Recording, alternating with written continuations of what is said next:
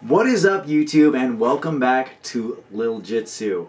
Appreciate you guys clicking on this video. And recently I saw a post on Reddit where a smaller jiu-jitsu practitioner was a little bit concerned. So here's the post. I'm gonna read it straight from Reddit. Okay, so it says, "Hi guys, been doing jiu-jitsu for about 7 months and I'm the smallest guy in class by quite a bit. I'm literally always on defense. I'm never subbing anyone and I'm always stuck on the bottom.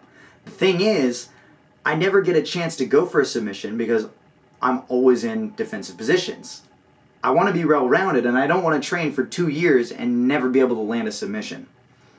It's just making me think that training is pointless and any advice or stories that can relate will be appreciated." This is a great question, okay, and a completely valid concern because I have a similar experience. Before I get into that, if you guys would please consider hitting the like button, subscribing to the channel if you're not already subscribed, and hitting the bell notification to be notified when new videos post. I would greatly appreciate that, and so would the algorithm, so please do it. Getting into the story here. My jiu-jitsu story was pretty similar to this. As the heater turns on. Alright, got the heater turned off. When I started jiu-jitsu, my gym was just getting started as well, so classes were generally between 6 to 8 people. They were pretty small, right? And as part of that, as a 140-pound, like 22-year-old dude, I was definitely the smallest person in class. I had very few training partners my size and skill level. Actually, I had no training partners my size and skill level, but I had a few that were my size. Still not that many, right? So because of this, I spent a lot of time in closed guard bottom, trying not to get past, and a lot of time defending from mount bottom, side control, back, all of the worst positions I could possibly be in. I was there a lot. Because of this, I really didn't have a chance to go for submissions. And as a side note, as a white belt, I literally never submitted anyone. Not in training, not in rounds, not in competition. Even against people my size in competition, I didn't submit anyone.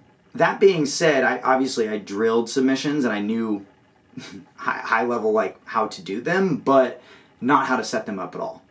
When I did go to compete though, my last competition as a white belt, which was, about a year into my training, I literally controlled every single person in my division so well that no one scored points on me, and I double golded. As this was happening, I was literally thinking to myself, what in the world? I am never able to hold mount this well.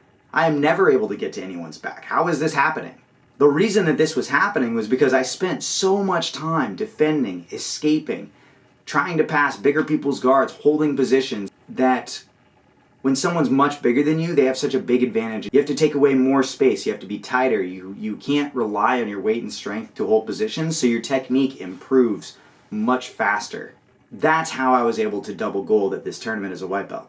Fast forward to blue belt, which was where I was able to start developing an offensive game. Because I was so confident in my escaping and my positional control was fairly strong, my submissions started to come more and more frequently, and that was in training with my opponents, bigger or smaller, didn't matter, and in competition. You guys can look back at the videos on my channel and you can see that as I progressed, submissions were getting more common. Even if you're getting smashed every single day in training and you don't feel like you're getting any better, that time on the mats is making you better. You are improving. The other thing to keep in mind here is positional control and escapes are a much, much better thing to focus on when you're beginning your jiu-jitsu journey than submissions. Because regardless of whether you're small or big, odds are you're going to be one of the least skilled or lesser skilled people in the gym, and you're going to be defending a lot. So you might as well get good at defending and escaping.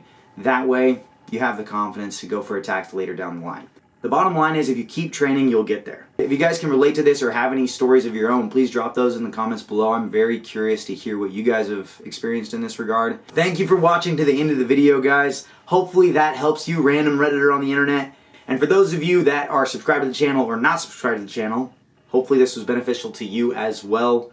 Stay consistent. Go train.